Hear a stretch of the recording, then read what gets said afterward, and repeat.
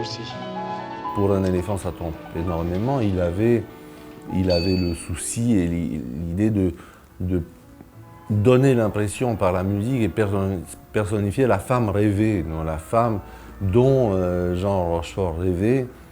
Et un jour, il est venu, il m'a dit « Qu'est-ce que tu penses ?» Moi, je pensais à une voix très éthérée, une voix de soprano, une voix un peu céleste, et que cette voix revient tout le temps quand Rochefort, donc le personnage, pense à Annie Dupéré.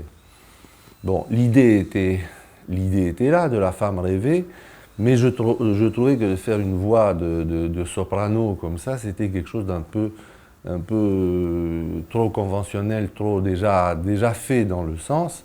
Puis j'ai commencé à penser comment je peux personnifier suggérer cette idée de femme rêvée autrement que par une voix comme ça. Et tout d'un coup, je me suis dit, pourquoi pas, type, il rêve à une île paradisiaque, avec le bruit de la mer, les oiseaux, les mouettes, tout ça qui...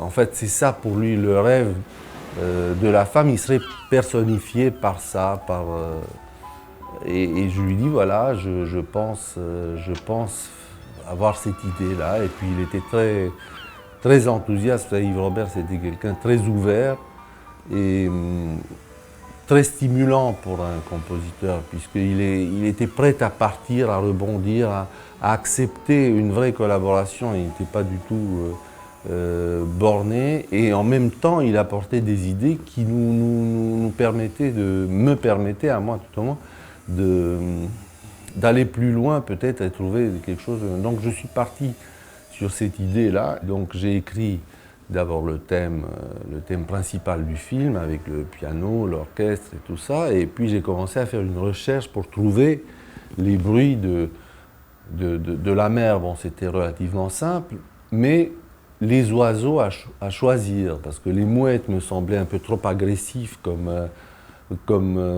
bruit d'oiseau, et pour un rêve paradisiaque, ce bruit-là, point, point, point, point, c'était un peu percutant et tout ça. Et alors, j'ai commencé à prendre tout un banc de sons, de bruits d'oiseaux exotiques, des îles, tout ça, et j'ai essayé de les mélanger avec le bruit de la mer. Et curieusement, rien ne marchait.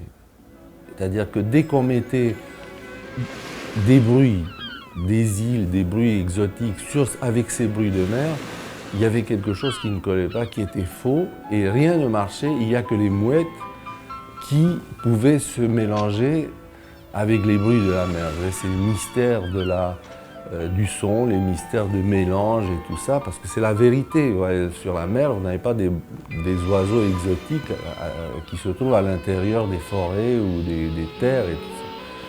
Donc finalement, c'est les mouettes qui ont gagné, et donc dans la musique définitive, actuellement, il y a cette musique pour piano et orchestre avec accompagnement de bruit de vagues, etc. Maintenant, il s'est passé un petit événement qui était pour moi très difficile et très dangereux. C'est que, bon, les enregistrements sont passés merveilleusement bien, Yves Robert était très content, tout était bien. Et puis il arrive le mixage du film. Et donc dans le mixage où je n'assistais pas, le soir du premier jour, je reçois un coup de téléphone d'Yves qui me dit « Écoute, Vladimir, la musique est formidable, mais il y a un problème, je suis obligé d'enlever le bruit des vagues et les oiseaux. » J'ai dit « Comment tu vas enlever ça? C'est pas possible. » Il dit « Non, mais je peux pas les garder, ça va pas du tout. » Mais comment ça va? Qu'est-ce qui se passe? Il me dit « Écoute, on est là à 5, avec le mixeur, avec l'ingénieur du son, tout le monde. On met la première scène, le premier endroit où ces bruits arrivent, c'était dans le parking où il y a Annie Dupéré, il y a une espèce de pastiche de Marilyn Monroe avec la robe qui s'en va. Il me dit « Dès que je lance les bruits et tout ça, tout le monde me dit « Mais qu'est-ce que c'est que ce bruit? On dirait une chasse d'eau on dirait qu'il y a des chiottes à côté, on tire la chasse d'eau. Comme on ne voit pas la mer, comme on ne voit rien du tout, on est dans un parking, on ne comprend pas du tout ce qu'elle vient faire, ces oiseaux et le bruit de la mer. Moi, j'étais effondré, ouais, parce que toute l'originalité de ma musique venait de ce mélange. Alors, je l'appelle après, je dis, écoute, laisse une chance quand même, laisse-moi une chance, parce que quand on est dans des salles de mixage comme ça à 5, tout le monde est à l'unanimité. Il y a un qui dit une chose et tout d'un coup, vous avez une espèce d'unanimité qui se crée, qui ou encense une chose ou la condamne. Mais c'est rarement vous trouvez quelqu'un qui va... J'ai dit, écoute, essaye de mixer et de mettre les bruits sur une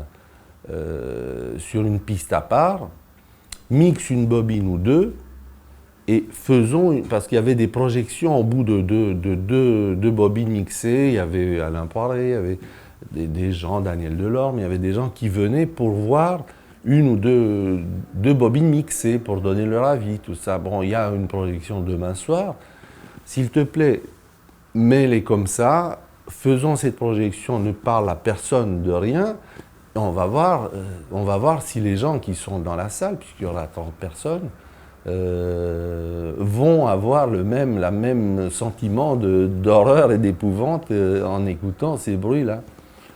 Et il a accepté de faire ça comme ça, donc en mettant les bruits à part. Le lendemain, on a cette projection, et dès qu'on est dans le parking, et les oiseaux et la mer commencent, parce que c'est eux qui commencent ma musique, ils commencent en introduction du piano, il y a un éclat de rire tout de suite, immédiatement, tout le monde a compris, et c'était comme un gag, quoi. C'était quelque chose qui... Donc voilà, petit incident de parcours, mais qui arrive souvent et qui s'est bien fini cette fois-ci.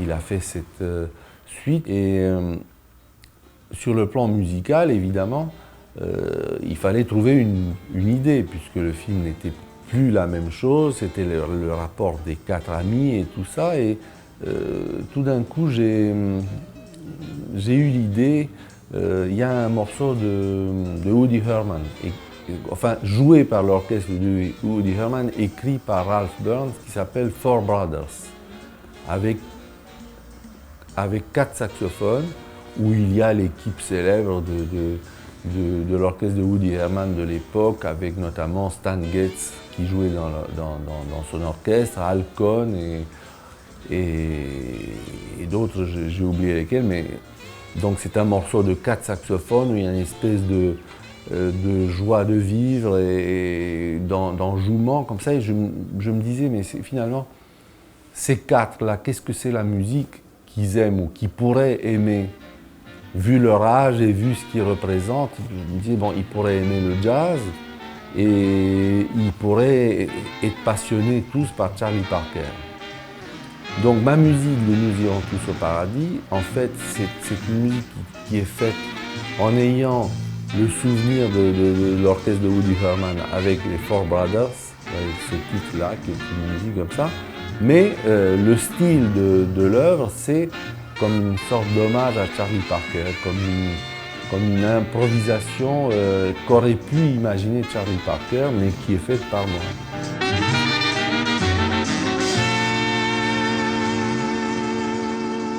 Yves Orbert était quelqu'un de très musical et très musicien. Vous savez que c'était un homme de spectacle, il a travaillé à la Rose Rouge, il a fait des mises en scène de spectacles musicaux, d'opéra, de choses comme ça. Donc il était particulièrement connaisseur et particulièrement passionné par la musique et les rapports entre la musique et l'image. Donc il était très sensible et très souple. C'est-à-dire qu'une fois, évidemment, moi je faisais de la musique pour son film, mais il me donnait toujours une espèce de liberté en me disant, écoute, fais ce que tu crois le mieux et je m'arrangerai au montage ou je vais faire un... Il me brimait jamais. Il nous est arrivé de faire des musiques comme Le Grand Blanc ou Salut l'artiste, où j'ai enregistré des plages en direct, en longueur. Et après, on les ajustait au montage parce qu'il aimait la musique, il voulait que nous, en tant que musiciens et les interprètes, parce que pour ces films, j'ai souvent basé mes musiques autour de grands interprètes de jazz ou des gens qui ont besoin de s'exprimer. Parfois, ils lisent même pas la musique. Donc, s'ils sont trop dans un carcan à 1 seconde 12, il faut faire un effet, là, il faut... Bon, tout d'un coup, on travaille tellement qu'à la fin, ils n'ont plus d'âme, ils n'ont plus de... Donc, il a accepté, ce qui est extraordinaire de la part de me dire, bon, ben, fais, l'esprit est là, fais comme tu veux le faire et comme les musiciens, tout ça, et après on se débrouillera au montage musique et montage film. Je fis à tout hasard une tentative pour quereller Marthe sur cette fable évidemment incroyable. Elle prit la chose avec une arrogance prévisible et, si j'avais à faire le compte-rendu de la séance, je devrais le signer de notre envoyé spécial sur les roses. Mais il y a le lien avec Un éléphant, ça tombe énormément, puisque le thème qui était sur les dialogues, sur les voix off, donc le second thème d'Un éléphant, ça tombe énormément, revient dans Nous irons tous au paradis, avec d'autres orchestrations, avec d'autres choses, mais ça crée l'unité des deux. Ce n'est que plus tard que j'appris que Simon avait un nouvel amour dans sa vie. Mais on ne le vit nulle part avec cette personne. Les conditions dans lesquelles ils se rencontraient restent obscures. Simon n'en parla jamais. Écoutez, la vie de ces musiques est une très belle vie. Si vous voulez. Un éléphant, ça tombe énormément. C'est une musique qui n'arrête pas d'être reprise, d'être jouée. Les deux thèmes, c'est-à-dire le thème avec les oiseaux, et les mouettes et le piano, et tout ça, c'est une musique qui est toujours présente. Et l'autre thème, qui est un deuxième thème, qui est un peu plus alerte, plus allègre, justement, qui vient, c'est aussi un thème qui est connu et qui continue de vivre très bien, même je le vois sur des sonneries du téléphone, sur des choses comme ça, ouais, pour parler de ça aujourd'hui. Si on dînait. Comment? Ce soir au Récamier, rue Récamier. Je vous reconnais, vous savez. 9 heures. Pourquoi? Parce que